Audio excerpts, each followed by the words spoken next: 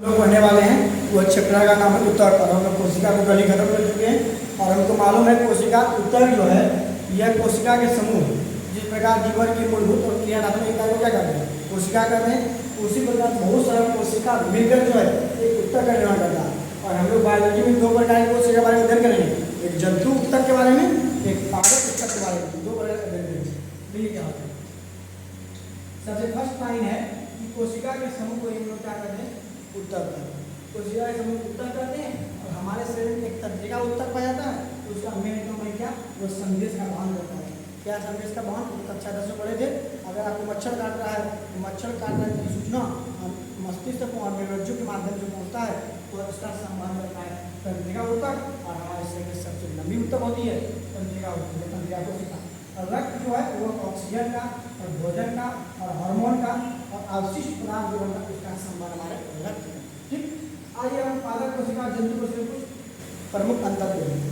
जंतु कोशिका पादप कोशिका अधिकांशतः तो मृत होती है, लेकिन जंतु कोशिका जो होती है, ये जंतु उत्तर जो होती है यह अधिकांशतः जीवित होती है, अधिकांशतः जीवित होती है। लेकिन अगर इसका बात करें तो पादप वाला मृत होती है। और आगे सुनिए, जीवित उत्तर होता है यांत्रिक होता है, शक्ति प्रदान करता है। इसमें जो जीवित उत्तर होता है वो पादप यांत्रिक होता है, लेकिन टोटल मृत्यु का जीवित उत्तर ही बताया। और इसमें क्या अधिकांशतः कोशिका जीवित होती है और इसका आकार जो सीमित आकार नहीं है, इसमें आकार कुछ जो अच्छे सीमित आकार होता है। ठीक है, इससे आकार को सीमित नहीं है। आइए जैसे फिर हम देखेंगे पादप उत्तर के बारे में और जानेंगे। पादप उत्तर दो प्रकार के होते हैं, एक विभोजोत्पीय उत्तर, इसको वृद्धि उत्तर कहते हैं, और अस्थायी उत्तर। दोनों बारे में से कई क्वेश्चन पूछा जाता है। ठीक है, मेरिस्मेटिक उत्तर जिसको अंग्रेजी में बोलते हैं। उसके बाद स्विच होता है केंद्रियम या फिर पास जो है किसी का प्रकार है। स्विच होता है केंद्रियम आश्रित द्वारकीय उत्तर। अभी देखिए कहाँ है, यहाँ तीन भाग लगाते हैं, ऊपर वाला भाग को कहते हैं शीर्ष भाग, इसमें पाया जाता है शीर्ष, जिसे पाया शीर्षा विभोजोत्पीय उत्तर।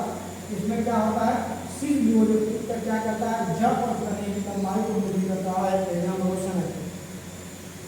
अंतर्वृष्ट होता है विभोजोत्पीय उत्तर, यह पत्ती और टहनी में पाया जाता है। इसका अपना केंद्रक होता है, लेकिन इसका अपना स्थायी नहीं होता। अब जो और इम्पोर्टेंट है तीसरा भाग, इसका नाम पास विभोजोत्पीय होता है।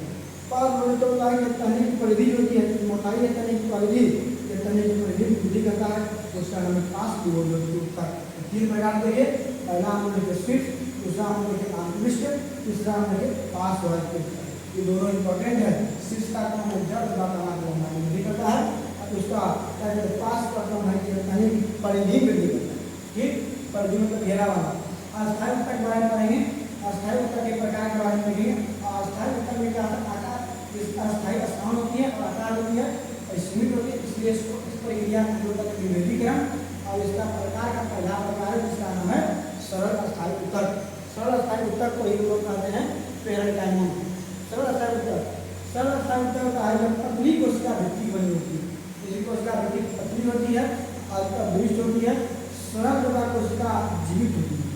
इसी को समझेगा, इसी कोशिका क्या होती है, जीवित होती है। ठीक है, इसी कोशिका क्या होती है, जीवित होती है। और इसमें रिक्त स्थान पाया जाता है। इसमें सरल अस्थायी उत्तर, इसमें क्या है, सहायता और भोजन का भंडार करता है। सरल अस्थायी उत्तर यह सहायता या भोजन का भंडार। आगे देखिए बहुत इंपॉर्टेंट लाइन है, सब लाइन इंपॉर्टेंट है।